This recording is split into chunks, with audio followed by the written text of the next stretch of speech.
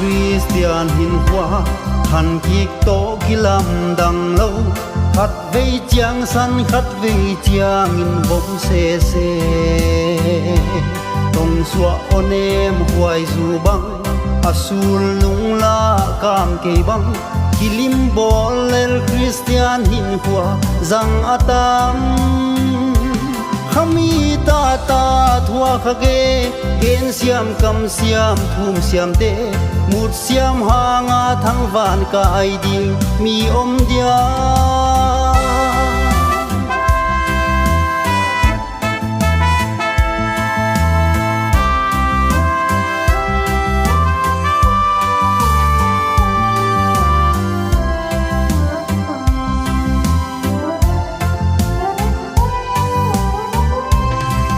lai Christian hin hoa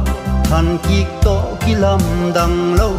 khát vây chiang san khát vây chiang in vom se se tong xua on em huai zu bang asul nung la kam ke bang kilim bol el Christian hin hoa zang atam khami ta ta thua khage gen siam kam siam thum siam te mut siam hanga thang van ka ai ding mi om dia